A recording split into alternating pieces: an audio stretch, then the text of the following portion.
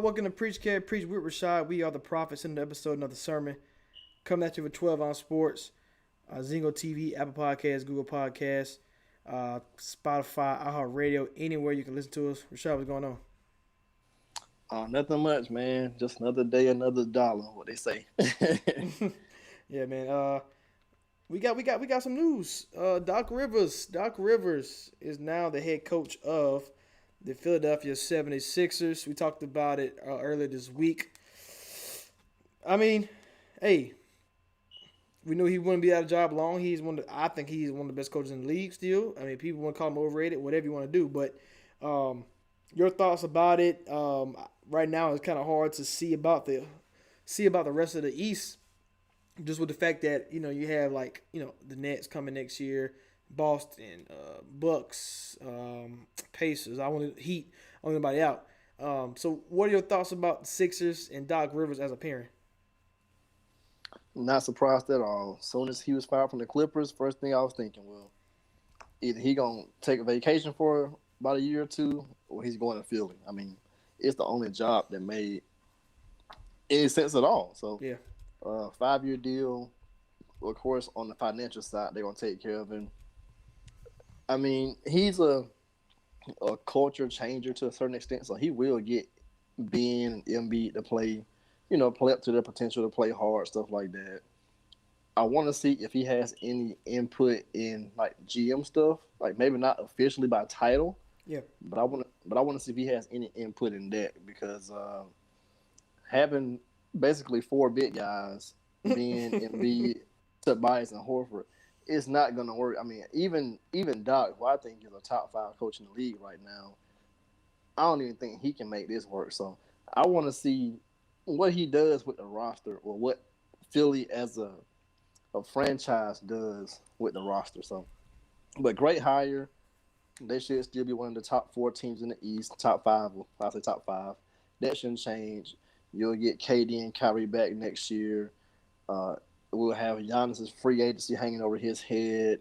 The Heat probably won't disappear off the map. Boston will be another year more mature, and then there's Philly. So they should be they should do better than they did this year, pretty much. Yeah, and you're right about that GM thing. Elton Brand has been saying he's going to do what it takes, but until we see it, you can't really believe it, right? So, but you're right. There was no way he go to a team that didn't have a superstar. I feel like, well, Embiid and Ben Simmons together, I mean, they can do a lot. And if you got the right pieces around them, they can go far. I think Doc is putting himself in a good situation. He's not going to be rebuilding. He's not going to put himself in a situation where the team is okay. He's going to a team that got star talent, so he can coach them up. And obviously, he'll do better than Brett Brown did. It's been a while. He was with the Clippers for 7 years. So, I mean, it's been a while since he made a conference finals. He's been a second-round king the last couple of years, at least. First or second round, at least. But, yeah. I mean, at least with Philly, the East is mainly top-heavy. You got Embiid, Ben, 2 top 20 players. So, that's better than most teams. So, they should at least be competing for past a second round, But of course, everything depends upon matchups. Like this year, they kind of caught, of course, no Ben, but you caught a bad matchup in Boston because those guys are shooters, perimeter oriented, and you're just trying to clock the paint and play slow. So bad matchup, when they can run, you can't run, stuff like that plays a part. So matchup, but just as a roster, they have the talent. Just got to figure out what you're gonna do with 4 big guys because in 2020, 2021. Having 4 big guys, that it won't work. It's just not gonna happen. James Harden, not playing. Maybe Paul George, playoff P. No, not Paul George. But if they get my boy James Harden, I've been campaigning for a long time, man. If anybody can do it, it's Doc. Get James Harden out there, make him a true shooting guard again. Let Ben handle the ball. Let James be off the ball a little bit.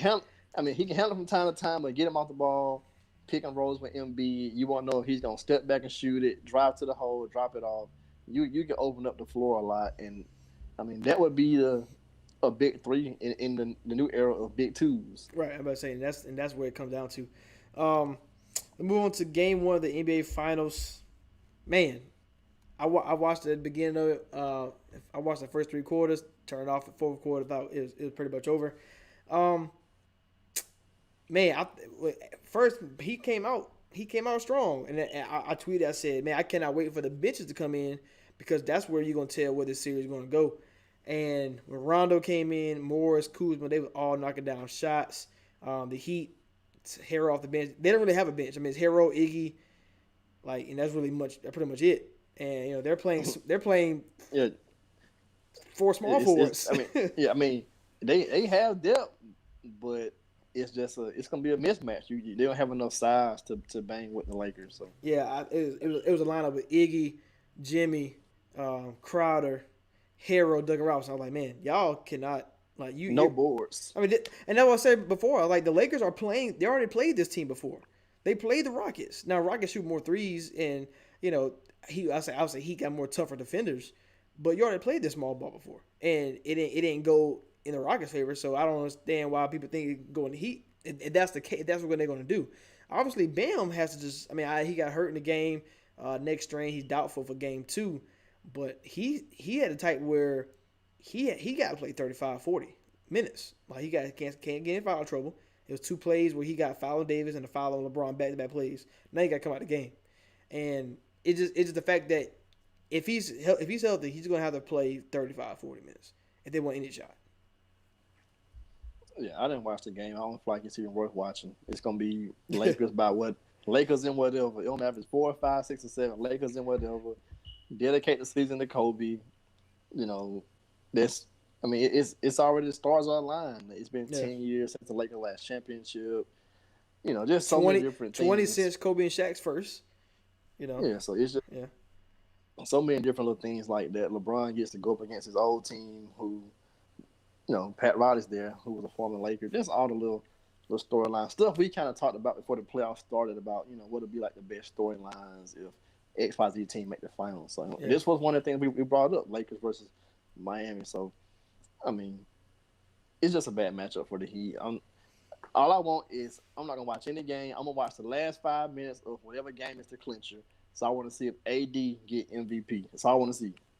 yeah. I'm about to say, I mean, right now, if we're doing a tracker through game one, Davis number one for Finals MVP, 34 points, 9 rebounds, 5 assists, and then LeBron James with 25, 13, and 9 would be second. So right now, Davis got one up on LeBron in round one. So let's see how many rounds it actually is.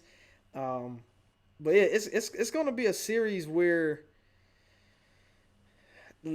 Lakers got to be just flat completely for the Heat to get one because it's just too much LeBron, too much Davis, and now Dragic is banged up, Bam is banged up. I mean, it could be a sweep. I really don't want that because I thought it was gonna be a better series than what the Lakers have played so far. And at the game one, that's not the case because the other game ones Lakers played in, they didn't really play that great. You know what I'm saying? So, but Yeah, Blazers got them game one, I and think, and Houston it got a was game one. yeah. The Nuggets battled, but they I think they were just too tired from Game 7 against the Clippers. But yeah, 116-98 win. I mean, fourth quarter was really much a dud. So could Yeah, that Nugget series could have went differently if AD didn't hit that shot in game two. Because it'd have been 1-1. And then game three, the pressure would have been on somebody to right? win. I mean, Yeah, ultimately yeah. the Nuggets won the game, but when it's tied 1-1, Mm-hmm. guys will come out with a different mindset. So, but that game two and AD nailed that three off that Plumlee bad switch. That kind of turned that whole series. Yeah. It's gonna be crazy, man. I'm kind of wanting the NBA to go ahead and get over with, so we can go and get to the off season and we can focus on football because basketball should not be going this long. I'm low key tired of the bubble anyway. So, all right, Lakers, do what you gotta do. Finish it out. Yeah, like it's been kind of I don't say controversial, but everybody has difference of opinions on it. With Scotty's kind of saying, he don't really he count it, but he don't count it because they're not traveling, all that kind of stuff. But then Yeah. you got the other side of it where I mean I think if you want to look at it just from a straight basketball, that's a sport basketball, that point of view, this is the most legit championship. Like this gonna be the most legit one because everybody's in the same place with the same stuff, and all we got to do is play ball. There's no There, factors. Yeah. there's no fans to help with you take out your game. There's nothing outlandish. Yeah. You're away from you're away from your family. No But I distractions. mean, Yeah. everybody has family. So I mean, you might get a phone call about what's going on back at the crib, but you don't have to deal with it before you go to the game or something like that. You right there. Yeah. Your teammates right there. Everybody's staying in the same kind of bed and all that kind of stuff. So You said I mean, I sound like LeBron and the big guys, but you got mansions and personal chefs, personal trainers, all that kind of stuff. People who not in the bubble with you. But right now, this is from a straight up basketball point of view. It's 5-on-5, us versus y'all. No outside factors. now you bring up. You said you might get a telephone from home. You're not talking about Bronny Jr., are you? Oh man, Bron living it up out there. Yeah, too much fun. But yeah, you're right. I mean, you can take you could. I guess you can make a point either way. Pippen, I think Pippen just all small forwards are haters. I can say that without Like I understood what he was saying. I get what he's saying.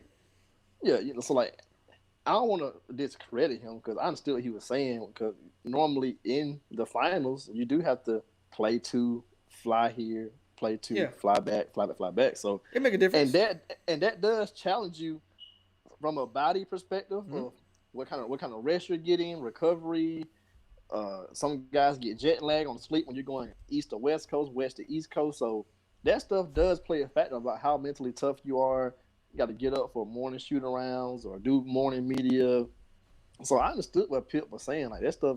Of course, you got crazy fans. We know places like Utah got rabid fans and racist. Just certain like Oakland when they were in the wars out there in Oracle. Just certain places had those rabid fan bases, man. So I understood what he was saying.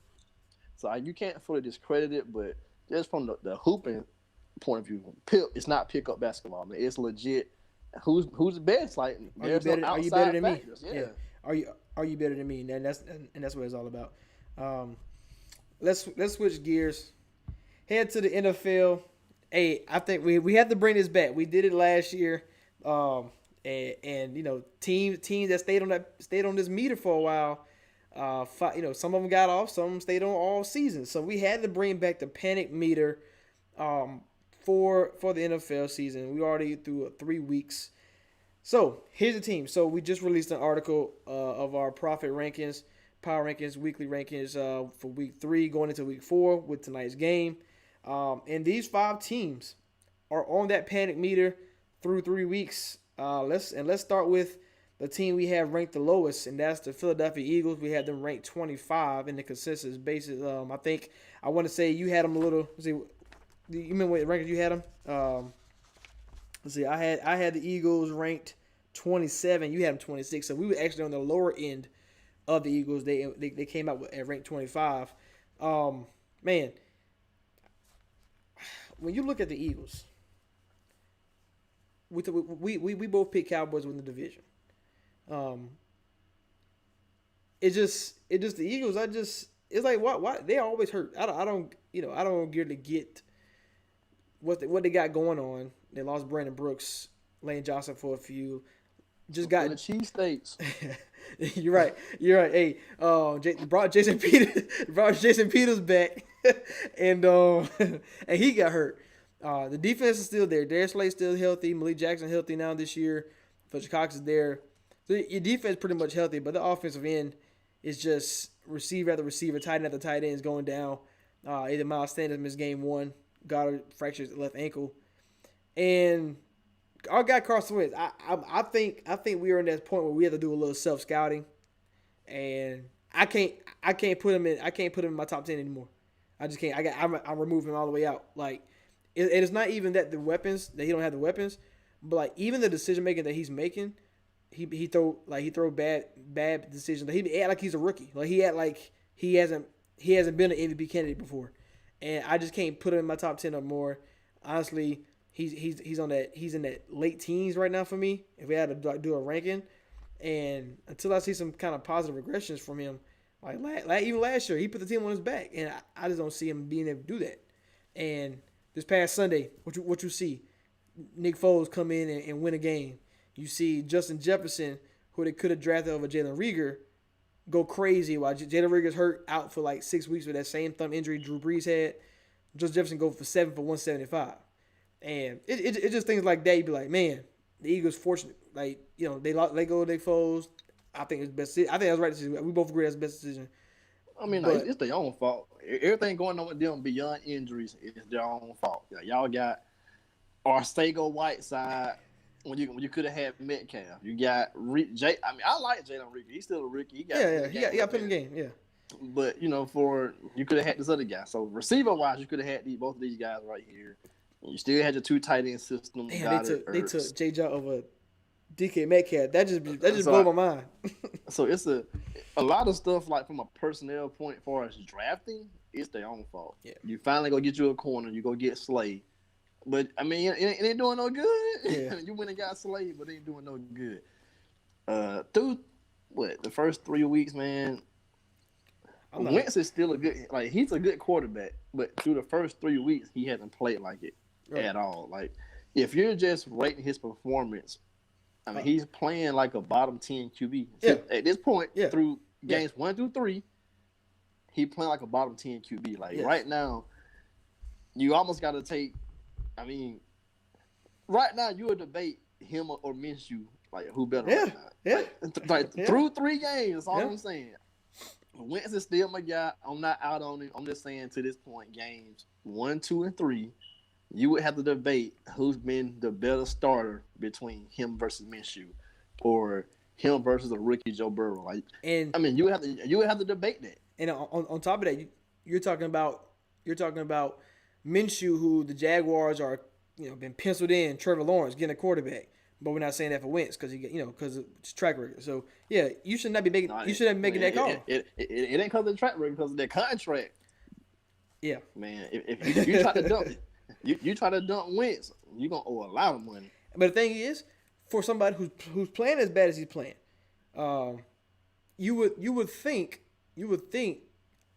them drafting Jalen Hurts in the second round, you started to hear some more rumbling. We talked about the rumors I think last week, but he's not doing nothing either in practice. If they, if they haven't even gone to, let's take him out the game. But man, they do that. Oh, it's over with. But they do that. See it getting burnt down. But let me tell you, you're gonna divide the fan base. Oh, bad. You gonna divide the organization. I'm about to say they already hate him. Man, you would divide that franchise in a bad way if you bench this dude for Hurts. What's crazy is I think it's less people that like Wentz that hate him because he didn't win the Super Bowl for them. Like they tend to forget the MVP season he had, but they rather have Nick Foles. I see people already tweet, "Oh, give me Hurts." That fan base is just I don't know what they want. But that's the thing, man. I think the NFL is starting to get to that NBA side where if it ain't working, cut them, release them, trade them, and be done with it. I'm hoping more guys get to the point where like they start demanding trade. Like, all right, y'all want me gone? Get me up out of here. Let's see what happens. Like, I wish Matt Ryan would go just bang on Arthur Blank door and say, "You hear what they saying? You hear what they saying? All right, get me up out of here. Trade me somewhere and watch what I do." Cause Matt Ryan, I mean, they losing games. I mean, I clown Falcons all the time, and Matt Ryan be hooping. Like Wentz, I think in a better situation, throw him on the Colts. Bet they'll be 3-0. I about to say you put him on the Colts. He go back to the offense coordinator he had when he was one win MVP, Frank Wright, and he probably hooping. You're right. I mean, and that's with the weapons he got. So yeah, I just wish more guys would just go. I mean, I understand it's a different structure, but Matt Stafford. All right, look, man, Detroit cool, but look, I want to win some games. Get me out of here. I want to get in the playoffs more than 2 times. I'm out of here. Yeah. Because look at what it did for Ryan Tannehill. He ain't demand no trade. He just got lucky. Let me go. Yeah. I'm gonna go over here. I'm gonna be a backup for. I shouldn't be a backup, but I'm gonna do it. But I'm gonna do it for a little bit. But I'm a team player, and then now, dude goes 7-3. Now you're sitting at 3-0. I mean, hope everybody stays safe on the COVID side off of what happened this past weekend. But I mean, Titans been playing good ball, close games, but still playing decent ball. So I mean, I just wish more guys could just, especially the quarterbacks, like, all right, y'all keep talking crap, get me up out of here then. Yeah, right. If you don't want me, hey, even Aaron Rodgers, man, like y'all gonna draft this dude? Okay, well, get me up out of here then. So we gonna play I and get me up out of here. yeah, you know, a lot of people don't. Like I said, they tend to forget what Carson Wentz has done. Like you said, it is their own fault the way they have been drafting. Because like you said, you could have DK, and I don't even know if DK would even fit this. I mean, they want to go deep, so why wouldn't you get somebody like DK who's a monster physical freak? Monster. That you know what I'm saying? Like you want to get the Deshaun Jacksons, the Jalen Reagers of the world, and you see what's happening. Like I said, they got game. Deshaun Jackson, like when you look at the stats, like he is one of the best receivers. Like I'm not saying to play the game, but more like for his generation, he's one of the better receivers. Oh yeah. And obviously the injuries played a part why he can't be one of the greatest receivers. But it's just what it is, and he losing so many weapons, and you can't you got to find a way to win. And they play the 49ers this week, who are another team that's injured. But the 49ers, Kyle Shanahan don't give a damn who quarterback. Because 29ers. The 29ers don't give a damn. And Kyle Shanahan, I mean, it's the Giants, but they put a lot of points, a lot of yards last week. So I don't really think Kyle Shanahan cares who the quarterback is right at this point. Kittle will be back too. So he don't care who out there. Kittle back. I mean, they've been rotating RBs for how many years? How many years exactly? Right. Mostert, Breeder, Jeff Wilson, McKinnon, and Tevin Jeff Coleman. Wilson. You got the Coleman. You got the fullback Kyle Juszczyk. I mean, It's too many. I mean, Debo Samuel getting touches, Brandon Ayuk getting touches. Yes, sir. If you're valuable, Kyle Shanahan will use you. He know how to use you, and that's the thing. Like, what's up with Doug Peterson? Because, all right, I never was a big fan of him. I remember we made like a top 10 list. And I think me and you did one like just talking, and like I didn't have him there, and I was like, I mean, I think I had him maybe like if I did it was like 10. I was like, man, I don't scream. He don't scream like I'm one of the best coaches in the league, but he do got a Super Bowl ring, so you can't deny that fact. But man, whatever, bro. Whatever chicken bone the Eagles buried to get that Super Bowl. Whatever New Orleans voodoo they got, man. But it did speak to me this weekend though. They rather tie the game than put the ball across one's hands to go win it. I think, all right, I'm never going to do that. We had a conversation. I can't. I have to just risk it. I'm not taking the tie, bro. Like it may. No, they can't do that. But it may come down to you're 7-8-1 and Cowboys 7-9. You win the division, but you're banking on that. Like you're banking on let's just take a half win. Like I'm sorry, I would have went for it. I mean that just me, because I mean you really just gave it to the Bengals. I mean you just gave the tie away. Like they would have lost that game though. I mean I understand the whole point of what they did because the field position they were at. All right, probably 10, 15 yards. You're in field goal range. You're incentivized to punt it because all Burrow got to do is hit one sideline pass, and Bullock has I think up to like a 58, 60-yard range. He hit a couple. 50 Man, yards you know he gonna pull that hamstring again or calf, whatever he did. We won. So I mean Bullock had just put them up 23-16. Yeah. And of course they scored and goes to overtime, whatever. I mean, honestly, it's on the Bengals. The Bengals should have won that game. They won the coin toss, couldn't get anything going. All right, now I'm thinking, all right, Philly gonna get in range, hit the field goal. They couldn't get anything going. Then it just started being pass interferences, like just penalties, turnovers. Nobody could really get anything going. And I thought the last drive Philly would get it going, but they got backed up. And I mean, for my benefit, it worked out because I had Bengals money line, so for my benefit, it worked out the tie. Yeah. But ultimately, I thought that last drive, I was like, all right, Wentz gonna pull it out this time, but they did it. They planted the ball, which made total sense because if you turn over on downs, one play, Bengals get one little sideline pattern, and you would just trust Bullock to nail that. Yeah. So the tie better than a loss. So all right, they're that a play away from Burrow making a good play or not from being 0-3 and having losses to Washington and Cincinnati. Like even the tie is to me is a loss. So it's like Washington and Cincinnati beat you. Who they play week 2? Team slipping my mind. I can't think of who it was. Was it the Giants? No. Just because Giants ain't got no damn wins either. Now I gotta look it up. Oh, Rams. Okay, Rams. Okay, so that's fine. But you lost to Washington and you almost and basically lost to Cincinnati. I think that's a tie. I mean, that's like a lot of me. So that's not looking too good, and you got 49 this weekend. So if we had to put a number 1 to 10 panic meter on the Eagles, where you at? It depends what angle we're taking. I think we both kind of. Well, I know I had them projected to win like 10 games.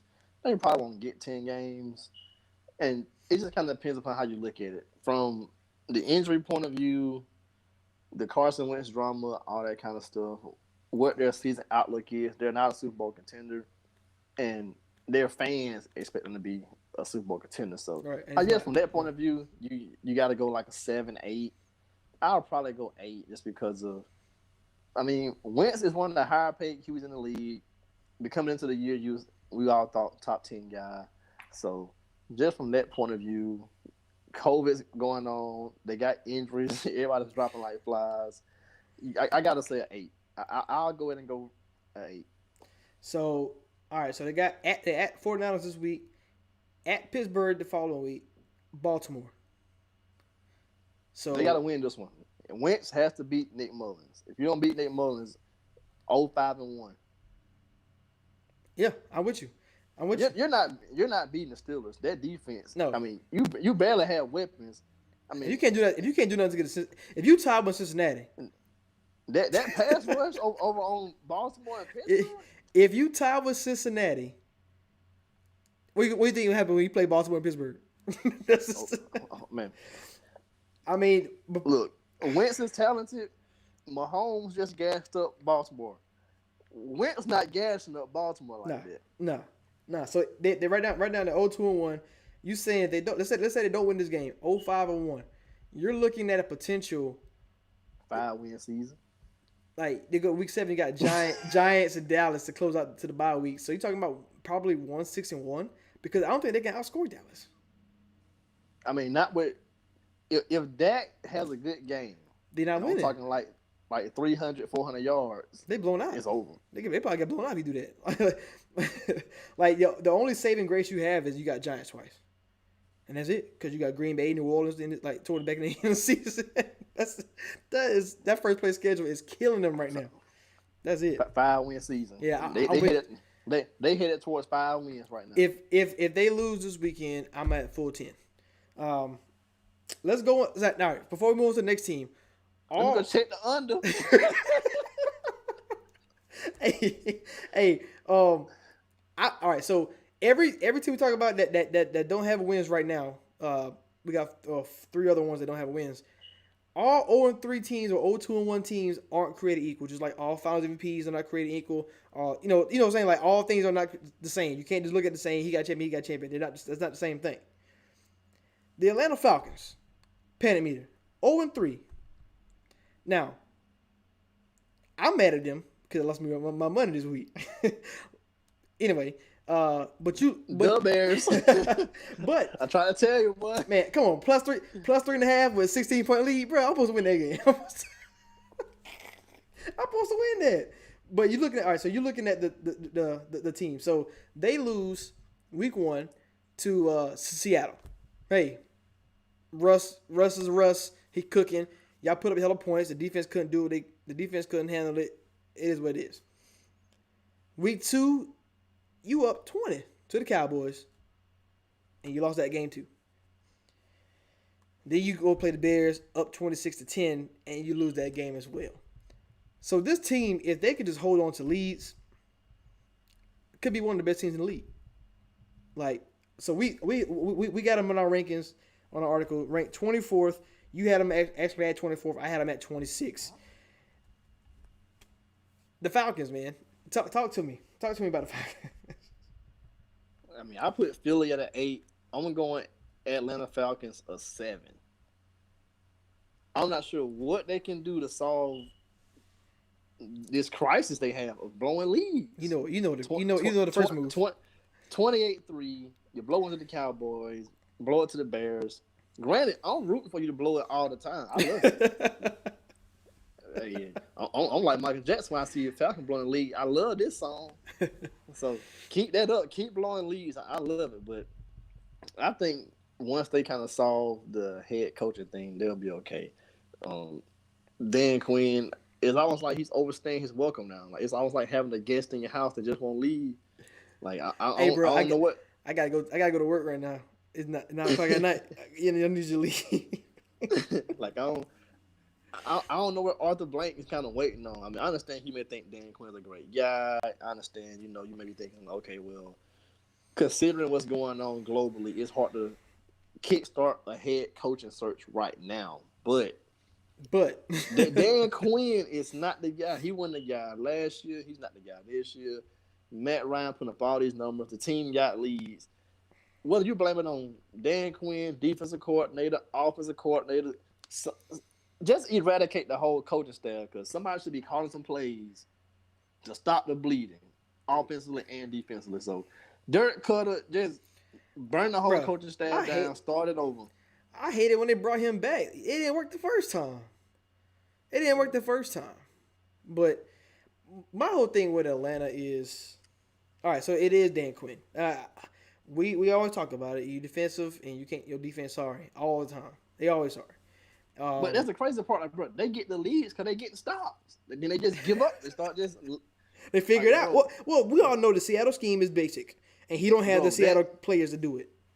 I don't know what happened. Like that Cowboys game, Cowboys didn't have nothing going. Nothing. Then all of a sudden, bang, bang, bang, field goal. You out of there. Trubisky. We know Mitch not the best. He had a big 45-yard run. He was looking around like, y'all ain't gonna tackle me? Nobody here? Where y'all at? And then he threw a touchdown. But aside of that, he didn't really do anything else. So y'all shut this dude down so bad. They had to replace him. I mean, and then Foles started out slow, but all of a sudden now, I mean, dude just couldn't miss a pass. Ant Miller, A-Rob, crazy. And then boom, you lose the game. So I don't know what the defense got going on. Like, I don't know what it is, bro. First through third, rise up. Fourth quarter, hey, we got to pimp down, pimp in distress. Pimp down. I don't understand. I don't understand the Falcons. I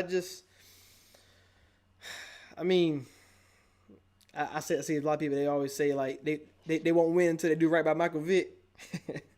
But they got more than that going on. this is a fan base. So I like Thomas Dimitroff, but he has been struggling on picks, like drafting defense, like Vic Beasley, Tack. You got, Keanu Neal can't stay healthy. Deion Jones is pretty good, but you just can't stay at the cornerbacks. Trufant was one of the best corners in the league for like 4 games, and then went back to, he gone. So I don't know. That best player didn't even play on defense last week. He had COVID, so and he a rookie. So it's like that's not good. I don't know what it is with Dan Quinn, but he should have been gone. And looking at the schedule, Green Bay week 4 loss. How many? All right, so you know Green Bay put up 40 points. So do you think Atlanta can put up 40? I mean, this game could turn into a shootout. Honestly, I want to see how it plays out because Green Bay defense is good, but it's not like a stalwart defense. Not yet. I'm gonna get on time as the season goes on to get some stuff going on the secondary. Pass rush with the Smiths, they're solid. Yeah. I'm hoping this could be a 35-30 type game. I'm hoping Julio Jones play. Because they also lost Gage last week as well, so it's kind of was like Ryan was trying to find pass catches, really went crazy, of course. But after Gage and Julio, like he nothing but Hurst, nothing but Brian Hill got out there and Todd Gurley, so it wasn't that many guys to help keep up, like you said, stop the bleeding, and I think that's what happened. So, let's just say they go 0-4, lose to Green Bay. These next 5 games so far this season, we're going to talk about another one of these teams, are winnable before the bye. But like you lose to Carolina week 5. That's the time. I'm sorry, Dan Quinn. Like this is it. I'm sorry. You gotta go. And I don't know. I feel like Dan Quinn, like what do you think Dan Quinn says in the huddle? Like halftime. Like the halftime speech when you up. I mean, whatever he's by saying, this time. it's good because y'all win at halftime. So whatever you saying, you keep up the good work. You make you guys are firing on all cylinders. Whatever I don't know what he can be saying, but whatever But they do pregame and at halftime, it works because they come out and they're winning through the first 3 quarters. I don't know what happened when the third quarter ends. but what do you? And I think the culture of them is blowing leads because what do you think? All right, let's say you Julio Jones. I'm Calvin Ridley. We on the sideline, so we up 31-10. All right, so that's not really you can come back from that. So we go out there, we stall out, putting the ball. We on the sideline. Boom, boom, boom, boom, boom, touchdown. Damn, 31-17. We go back out there, do our little thing, don't score. Come here, sideline. Doing. Touchdown. 31-24. What are we talking now? Damn, not again. Like, hey, bro, again? Like, you know what I'm saying? Like, I feel like that's just inside them now. But nobody can blame somebody else because sometimes it's the defense giving up bombs, not making tackles, Right. or pass interference, giving up. The offense And score too, though. Yeah. Like the NFL kill you because it's a spot foul. College, you just take the yards, but NFL, I think it's weird that NFL give you more than college give you, but that's for another day. But like NFL, it's a spot foul. So if I run down the field 40 yards and you pass interference, now they in scoring range. So now you done gave up points. And then now y'all go back out there, Matt Ryan take a sack, or Gurley don't get holding Gurley 3-yard loss or whatever. Yeah, then now you all it took was 2 possessions. Right. And then that third possession they gonna score again. Now, they only down 4 or 7 or 10. So it can turn pretty fast. All right. If 12 Ounce Sports is sponsored by MyBookie, if you go to put a promo code 12 Ounce Sports, they will match up to your numbers. So if there was a MyBookie bet at halftime and Atlanta's up 17, will the Packers come back? Yes or no? Oh yeah. What bet you taking? And Aaron Rodgers is hooping. Aaron Jones is balling. And if Devontae Adams on that field, they coming back. So you taking the bet if it's there. Yes. Will their team come back? Because you can get 20 points in the second half. Yeah. And that's the thing. I know I always be mad at the defense for giving up the points, but at the same time, the offense, you can do better too. You can score. Make it hard for them to come back, and they just can't do that. So they lose Green Bay 0-4, and then got Carolina on the schedule. If you can't win that, Dan Quinn, I think that's the game he got to get out of here. So that's my preseason thing. Like, start off 0-4, you win against Carolina. But if they lose against Carolina, which is very, very plausible, that's the time. It's crazy because I had them 2-3. So going into after the Carolina game and being Chicago, I was all right for, like you said, I was all right for the first 3 quarters. It's crazy, man. It's just crazy, man. I just don't understand the Falcons. Let's move on to the team that we have ranked 21. You were the lowest one on them of the week at 27. I was the highest at 20. And it's my team, the Minnesota Vikings. So like we said before, all 0-3 teams aren't created equal. And I'm interested to see your take about it because you had them so low. Like, all right, week one, I think it was defense just can't. I mean, young defense against Aaron Rodgers, that's cupcake. That's too easy. Week 2, offense could do anything. The defense played a little better. Week 3 is when you finally see them actually play tough, actually play good side on both of the balls for the most part. They gave up 6 field goals, but also had a 24-12 lead, and that evaporated quickly and lost 31-30. So, what are your takes so far, like on them as far as being 0-3? Because all 3 losses were different. Like it wasn't like it wasn't the same. Like, for example, Falcons, they up in the game and lose it, or it's not like you play. I mean, I know Seattle ain't got no losses, but it's like Seattle. Oh, they just can't stop receivers at all. Like, you know what I'm saying? The 3 losses were all different. So, what are your take on it? Is like, and do you even see them? I guess like progressing, or do you just see like, all right, it is what it is right now? No, they're just not that good, man. Like, they're inconsistent on all facets of the game. The personnel's not there offensively or defensively. So, I mean, you only can coach up what you got so much. I mean, so one week you hit, oh, all right, defense come alive a little bit, but now this ain't clicking. Thielen only getting 3 catches, or just stuff is just not clicking, and maybe it won't click. Maybe you just never know. It's But possible. they're just kind of inconsistent, and week to week they're kind of hard to trust. I mean, I think they're gonna be the 0-14. I think Houston gonna beat them. So because Watson, I mean, the secondary has been a little patchy over there. So I think Watson and Fuller and Cooks might have a little day. It might turn into a little shootout because Should be. Texans It should be. a little spotty. I would say yeah. It should be a shootout. Yeah, so if you betting, I mean, take the over on the points. But I mean, if I was to take a money line bet, I'll take Houston. I just think Watson's the better quarterback. Coaching wise, it depends what you prefer. I think somewhat even, but I kind of edge Zimmer up over O'Brien. But I mean, he only can coach up the defense so much. Yeah, I mean, I think that they so as far as like getting off the field, I think they solved that problem. Week one was they couldn't get off the field with Aaron Rodgers. I mean, it's hard to stop. They put all their focus in stopping Aaron Jones. Success. But Adams went crazy. Then you put your focus in stopping and helping the receivers because of week one. Jonathan Taylor success.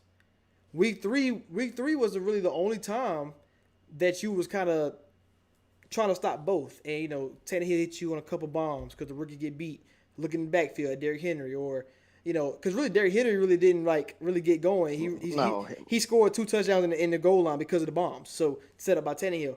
So me watching the game as a Vikings fan, my whole thing coming into the season was, all right, we lost guys on defense. We lost veterans, but the corners they wasn't really playing that good either. We was one of the worst as far as against receivers last year. So this year we don't have that vet. We have rookies. So they're gonna be sorry just because they rookies. Like, you know what I'm saying? Like that just come with it. You don't have the in-game experience. Right. Yeah. So that come with it. So you already knew that's what could be a problem. But you got 2 safeties who are probably top 10 in their positions. I think Harris Smith is the best safety in the game. You got Kendricks All-Pro last year. Anthony Barr out for the season now, but he was there. But I think what the big issue was is the D line, because when you think about Vikings, they always bring in the pressure, right? They traded for Yannick Ngakoue because of Hunter's whatever he got going on. He was on IR. He's off now, but he didn't practice all week. But you paid Michael Pierce to stop the run, one of the best nose tackles in the game, and Danielle Hunter's one of the best defensive ends in the game. If you're not getting no pressure on the quarterback, what do you expect your young corners to do? You can't guard them. I mean that's like I said. It's hard to coach them up because you only can do but so much. They have to do something too. And my whole thing right now, 0-3, is progress. And the thing is, their next 3 games, you already mentioned Houston, Will Fuller, Brandon Cooks. Guess what you got after that? DK and Tyler Lockett. Who after that? Julio and Calvin Ridley. So you have to grow up fast, and you have to grow up today because, I mean, granted, those 3 teams can't stop nobody either. So it's kind of like, okay, just how you mentioned, like, you can't be sorry on defense and then inconsistent on defense and inconsistent on offense. If anything, if you was Atlanta, Dallas, where you just having shootouts, at least that's something. Right, at least that's something. Right, at least that's something. But if the Kirk Cousins show up and he don't do nothing, or the offensive line can't protect him, because they had a shot to beat Tennessee, and the offensive line just got killed on 3-man rushes, 5 against 3, and they lost. Like you said, you can't win that way. And as a Vikings fan, it's frustrated because that's always been our problem since like Steve Hutchinson retired. We haven't had a franchise change in lineman. So the guy I follow, he goes, because Vikings fans are already impatient, saying we want Trevor Lawrence, blah blah blah. I mean, I think that's it at this point. I mean, if you 1-2 or less, you want Trevor Lawrence. I mean, that's just what it is. Yeah, I mean, you got like 12 teams campaigning for Trevor. Right. So, guy says he put the video up of the 3-man rush against Clowney and I think Simmons going after the line Vikings O-line. He said, "Dang, I can't wait for Trevor Lawrence to help block." Because that's all everybody want is Trevor Lawrence, but it's like at the same time, we need somebody who's going to protect the quarterback. Because Lawrence can be better all day long. If we see Carson Wentz, we talk about the Falcons, Matt Ryan. If they on the ground, they not Russell Wilson, not Mahomes, not Lamar Jackson. They can't run away. So what do you expect? So that's my whole thing about him. So I mean, it's gonna be a dogfight against Houston, especially. I think I don't know what they did when the facilities shut down Tuesday, Wednesday. I think they missed the practice on Wednesday, but Tuesday was more game film and all that stuff. So I wonder how that affects them. Shout out to Tennessee for trying to ruin seasons and stuff. Already ruined Pittsburgh's season. So Man, and Minnesota's. that long bye week gonna be crazy, man. Like Yeah. you get the bye week and now you got the long season. Like that's gonna be crazy. And on top of that, the bye week is now they practice all week. Pittsburgh, like you didn't even have no real bye week. It's crazy, bro. But so my pan meter for the Vikings right now because of the Titans game, I think if you asked me week 2, I think it'd have been at a 9. But ask me today, I think it's a 6.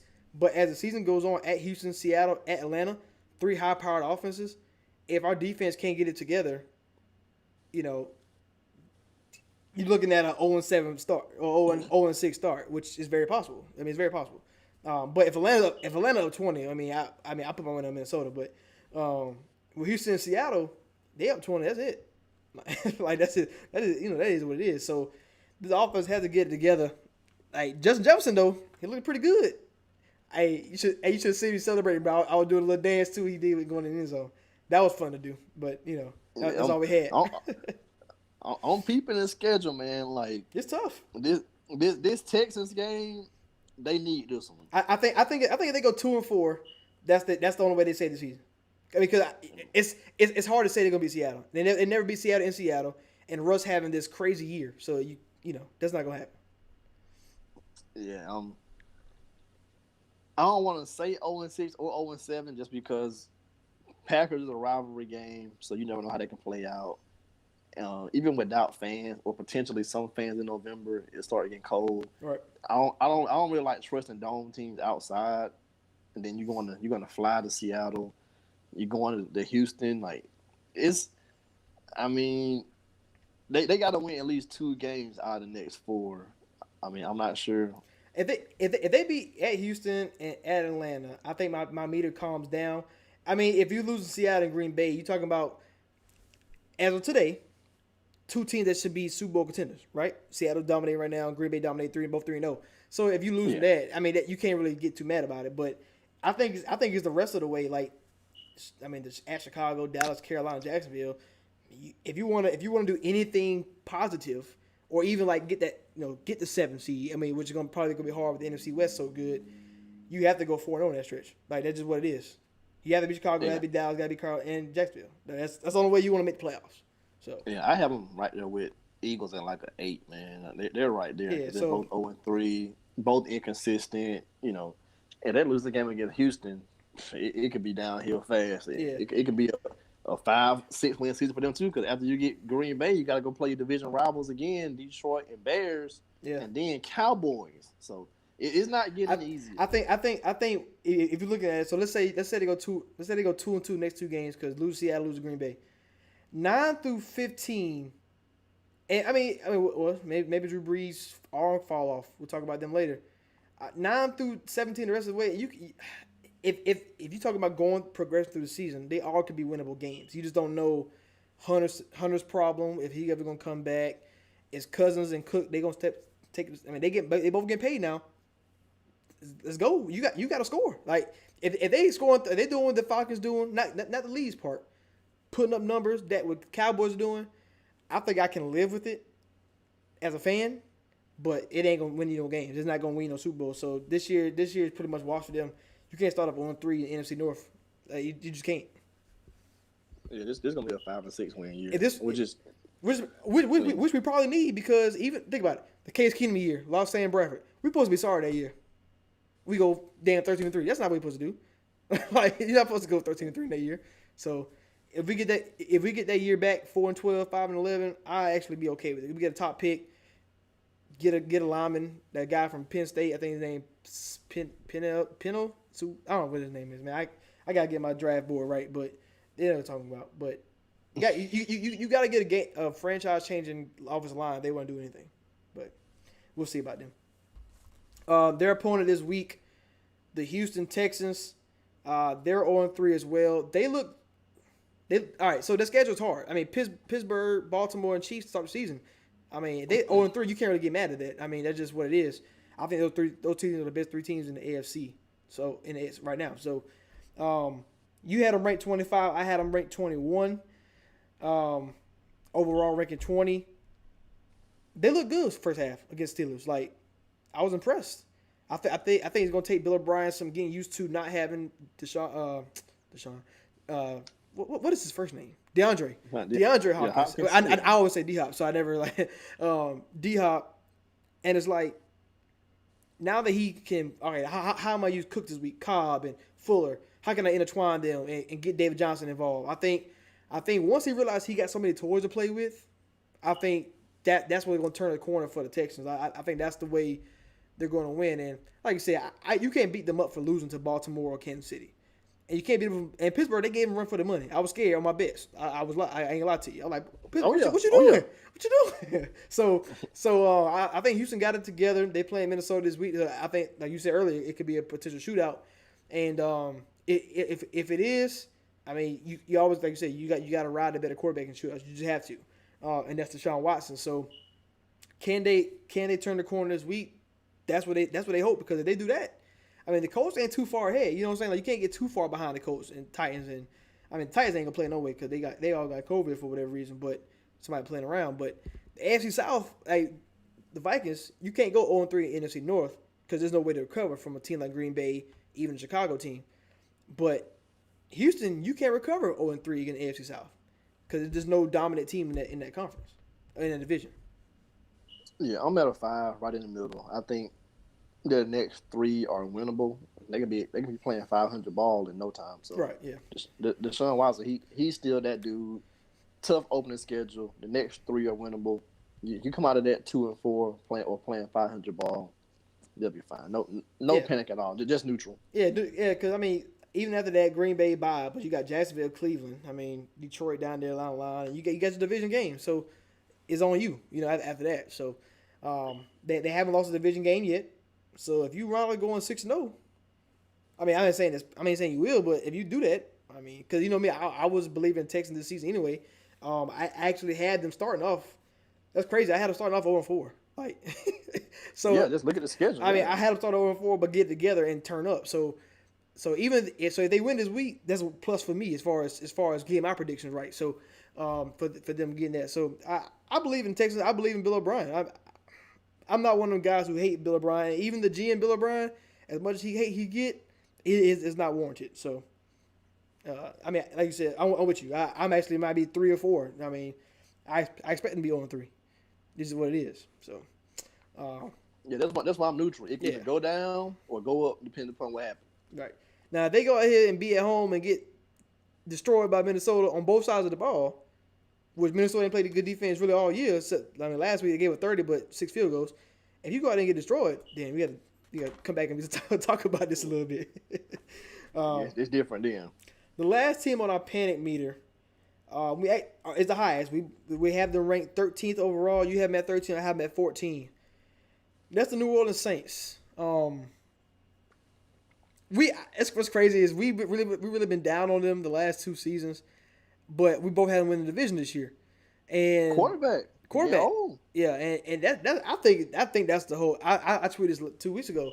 Drew Brees will be the downfall of the New Orleans Saints. Like his average depth of throw is already at the lowest in his career. Right, he's at the bottom like 5, and in the game against Green Bay it was 4 because he threw the ball in the backfield to Kamara, and Kamara going crazy.